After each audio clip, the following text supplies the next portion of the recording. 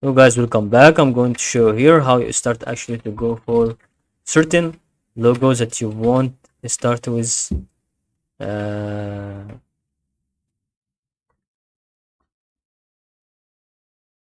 with a certain logo. So I want to click here on file and then click on place image. So once you go for this, you can actually start to go for, and this is really to be about to go through something that we can start to realize on the positions that you would like to start from, and we see that there is a certain page appeared on it. This is really what is gonna be done after you click on uh, any certain image that you want. So you can start actually to add a logo. Maybe that is also second thing is about to go to plugins and manage plugins, and then start to add